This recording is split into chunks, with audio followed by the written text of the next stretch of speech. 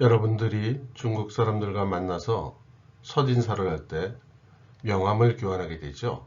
그러면 상대방 회사의 이름이 그 명함에 적혀 있습니다. 이 명함에 적힌 상대방 회사의 이름을 잘 이해하면 이미 그 사람에 대해서 절반 정도는 이해를 하고 파악을 하고 들어가는 것입니다. 그 내용을 좀 설명을 드릴게요. 중국의 회사명을 만드는 데는 그 법으로 정해진 규칙이 있습니다.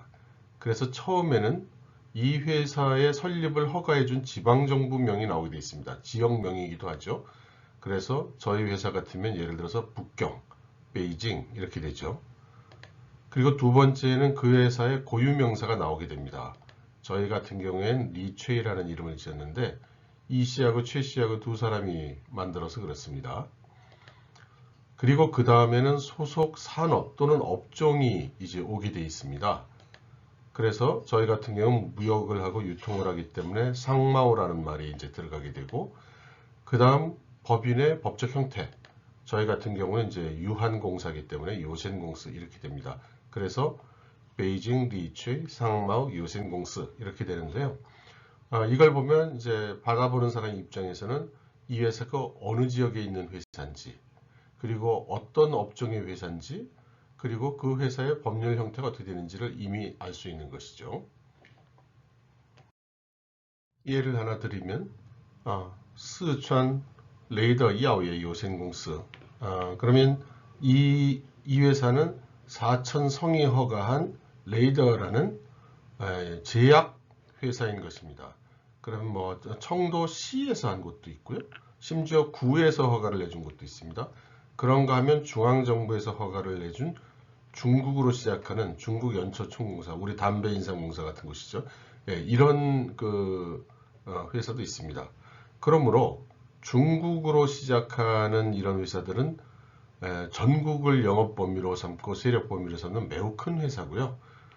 그 대부분은 성이나 그 시의 허가를 받는 그런 회사입니다. 그래서 중국 같은 경우에 내수를 보면은 지방정부나 지방관공서 쪽의 계약은 그 지방회사만 가능한 경우가 많아요. 그래서 예를 들어서 청도로 시작하는 회사의 경우는 다른 시에 가면 그 시에 있는 지방관청과의 납품계약은 하기가 어렵다. 이런 말씀을 드리겠습니다.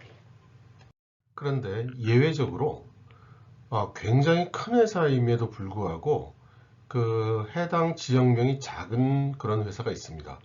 예를 들면 우리나라에도 많이 알려져 있는 하이얼 그룹 같은 데인데요. 왜 그러냐면 하이얼이라는 회사가 원래 청도시, 칭다오 그 지방정부에서 만든 회사입니다. 그래서 출발할 때부터 청도시정부가 출자를 하고 기업인들이 출자를 해서 만든 그런 회사다 보니까 나중에 회사가 점점 발전해서 커진 다음에도 이 청도라는 이름을 떼지를 않는 겁니다. 그래서 상당히 큰 회사임에도 불구하고 이 해당 지명이 작은 곳은 그 작은 지명의 회사와 특수관계가 있다는 것을 고려하시면 됩니다. 예를 들면은 캉자, 중국 남쪽에 있는 콩카라고 하죠. 굉장히 큰 그 가전회사입니다. 여기도 그 지방 정부에서 만든 회사죠. 회저시에서 만든 회사인가 그렇습니다. 그래서 회사가 커져도 회저라는 이름을 앞에 붙이죠. 홍탑산, 세계에서 제일 큰 담배 회사죠. 얼마 전에 이제 중국으로 승진을 했습니다만 상당 기간을 운남 홍탑산 집단으로 운남성에서 만든 정부니까요. 회사니까요. 그렇게 사용을 한 그런 일도 있습니다. 그런데 아주 소수이지만 이 지방명, 허가낸 지방 정부명이 없는 회사가 있습니다. 이런 회사는 중국 정부, 중앙부처에서 특수한 목적으로 특별히 만든 회사입니다. 그러므로 허가를 내준 지방정부가 없으니 앞에 지방명이 없는 겁니다. 그렇다고 해서 중국이라는 이름을 붙이지도 않아요. 이런 회사는 크든 작든 이 허가를 해준 정부 부처와 특수관계입니다. 여기 제가 예로 예시하고 있는 고프통 이 회사의 경우는 중국 상무부가 만든 IT 회사입니다. 이 회사는 중국 상무부가 내부적인 용도로 실시하거나 자체적으로 실시하는 IT는 다 이 회사가 하고 있죠. 그런 이런 식으로 다들 자기만의 전문적인 영역을 가지고 있습니다. 그래서 이런 회사를 만났을 경우에는 이 회사가 어느 관청에서 설립한 회사이며 어느 영역을 위해서 만들어진 회사인지를 파악하는 것이 매우 중요합니다. 왜냐하면 그 해당 영역에서는 이 회사가 독점적 지위를 갖기 때문입니다. 네, 그리고 그 다음은 고유명사 부분인데요. 이건 뭐 한국이나 미국이나 전 세계 다 똑같죠. 중국 같은 경우에는 앞에 있는 지방정부명, 뒤에 오는 산업 또는 업종명, 요 두 개 안에서는 무조건 고유한 단 하나밖에 없는 유일한 이름을 사용해야 합니다. 그리고 이 이름은 마찬가지로 보통 명사나 이미 널리 사용되는 그런 단어는 되지 않고요. 또 누군가가 상표권을 가지고 있는 그런 이름도 사용할 수가 없습니다. 그것은 아마도 전 세계가 공통일 것 같습니다. 그리고 그 다음에 오는 것이 말씀드린 대로 산업 또는 업종인데요. 저희 같은 경우는 이제 무역, 유통을 하기 때문에 상마오라는 그런 업종명을 쓰고 있습니다. 이 업종명은 정해진 그 이름 세트 안에서 이제 선택해서 사용하는 것이고요. 따라서 본인들이 마음대로 정할 수 있는 것이 못 됩니다. 그러므로 여러분이 받아보신 중국 사람의 명함에 이 업종명이 뭘로 되어 있는가를 확인하는 것이 당연히 중요하겠죠. 이 업종명을 예를 들어봐 드리면 하이테크라는 과기 또는 무역, 중국말로 무역은 국제무역을 뜻하는 것이 아니고요. 상거래, 유통에 해당이 됩니다. 그래서 무역회사, 무역유한공사 이렇게 되어 있으면 유통을 하는 회사라고 생각하시면 될 것 같아요. 그리고 뭐 농업유한공사, 식품유한공사, 뭐 약업유한공사 등등 산업의 이름이나 업종의 이름이 다 들어오게 됩니다. 마지막으로 법인의 법적 형태가 들어오게 되는데요. 실제로 실생활에서 마주치는 회사들은 대개 두 가지입니다. 지금 저희 회사 같은 경우에 유한공사라고 쓰고 있는데 아마 여러분들 대부분이 받아보시는 명함에는 대부분이 유한공사로 되어 있을 것입니다. 이 유한공사는 유한책임공사를 줄여서 유한공사라고 하는 겁니다. 이 유한공사라는 뜻은 말 그대로 유한책임을 지는 것인데요. 우리나라의 주식회사하고 똑같습니다. 그렇지만 다른 점이 있는데 뭐냐면 주식을 발행할 수 없고 상장도 할 수 없습니다. 그리고 출전 주주의 권리는 여기 그림에 있는 출자 증명서, 이런 증명서로 확인하는 거고요. 따라서 어떻게 되겠습니까? 사업을 운영할 수는 있지만 이제 주식놀이 하기는 좀 어려운 겁니다. 그리고 이 주식에 해당되는 출자권이 마음대로 양도하거나 매매할 수가 없어요. 그래서 한번 정해지면 주구장창 가야 됩니다. 중국에다가 법인을 세우신 경우에 주주 변경하는데 굉장히 골머리를 앓으실 거예요. 구조를 바꾸거나 하는 게 굉장히 어렵고요.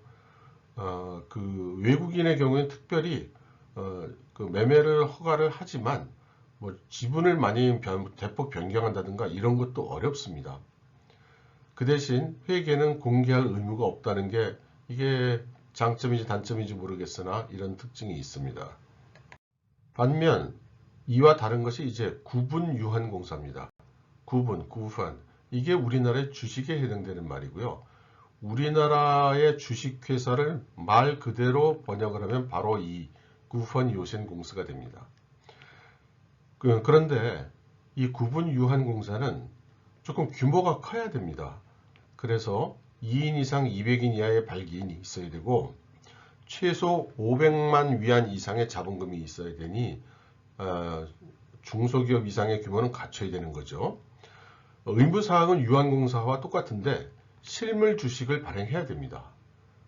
근데 이게 함정이에요. 실제로 구분 유한공사를 만들려고 해보면 이 실물 주식을 발행하고 관리하는 조건이 매우 까다롭습니다.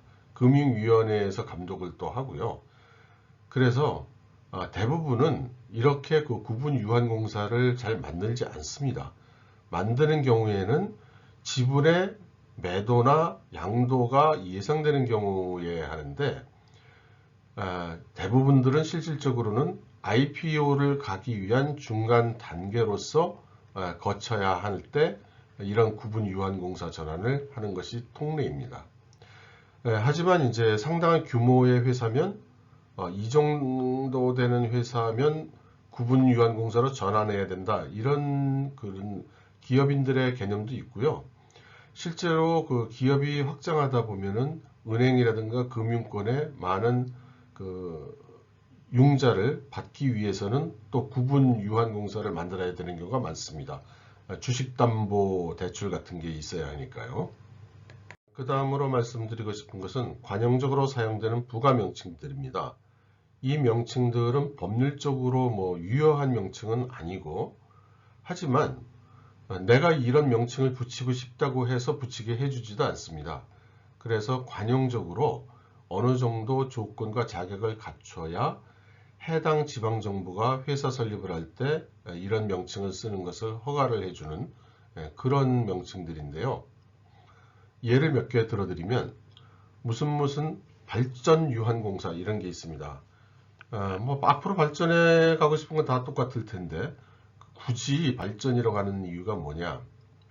그것은 앞으로 회사가 커질 거다는 전제로 이 회사의 경우에는 자회사를 만든다든가 손회사를 만든다든가 또는 합자회사를 만든다든가 이런 걸 하겠다는 의지의 표명입니다. 그래서 만일에 그 여러분들께서 받아들은 중국인의 그 회사 이름이 무슨 발전공사로 되어 있으면 아마도 세워진 지 그렇게 오래되지는 않았을 것이고, 그러나 돈이 있어서 여러 가지 새로운 사업의 기회가 있으면 회사를 만들거나 투자를 하는 그런 회사로 생각하실 수 있습니다. 그리고 이제 국제 뭐 이런 말도 넣습니다. 무슨 국제 유한공사 이런 식으로요. 이것은 그 영업 특성상 국제적인 스케일로 일을 한다는 게 인정이 되는 회사입니다. 이게 저희들 같은 외국인들에게는 큰 뭐 인상을 주지 않는데요. 중국인들 사이에서는 이게 또 쳐주는 그런 단어입니다. 먹어주는 거죠. 그리고 과기공사인데, 과기유한공사. 이건 하이텍을 하는 회사들은 과기를 많이 붙입니다. 하지만 최근 몇 년간을 보면 뭐 투자가 묻지마 투자가 많다 보니까 뭐 개나 소나 뭐 다 붙이고 있으니까 이것은 좀 주의해서 보셔야 될 필요가 있겠습니다. 그리고 이제 집단인데요. 집단은 이제 그룹이죠. 근데 우리나라는 좀 특수한 상황이죠. 다른 국제적 통례와는 달리 우리나라는 지주회사를 허용하지 않죠. 금융 쪽만 허용을 하고요. 그러나 이제 중국에서는 지주회사가 허용이 됩니다. 소유만 하는 목적으로 설립된 회사죠. 그래서 이런 경우에 이제 지주 회사라는 이름을 붙이게 됩니다. 함정은 뭐냐면 중국 같은 경우에는 지주회사 산하에 또 지주회사가 있고 그 지주회사 산하에 또 지주회사 있고 뭐 이런 경우가 있어요. 그러니까 전부 지주 집단자를 붙이고 싶은 거죠. 우리 회사가 크다, 실력 있다, 이제 이런 걸 얘기하기 위해서요. 그래서 만일에 명함에 무슨 집단이라고 써 있다 하더라도 이게 최종 집단이 아닐 수 있다는 것. 그게 함정일 수 있으니 확인하실 필요가 있겠습니다. 그리고 투자, 무슨 투자 유한공사가 있습니다. 이 투자 유한공사는 내용을 보면 이제 발전 유한공사하고 같을 것 같지만 차이는 뭐냐면 자금이 외부에서 들어온다는 겁니다. 그래서 투자 유한공사의 경우에는 하고 싶은 말이 내가 외부에 있는 자금을 위탁을 받아서 이렇게 투자하는 그런 회사 계열인 거죠. 투자은행 같은 것도 이제 이 계열에 속합니다. 그러나 실제로 그런 일을 하는지는 다 중국 정부의 특별한 금융 쪽 인허가를 가져야 하니까 이것은 꼭 확인하실 필요가 있겠습니다. 지금까지의 과정에서 보셨다시피 명함에 있는 회사명만 봐도 상당한 정보를 알 수가 있습니다.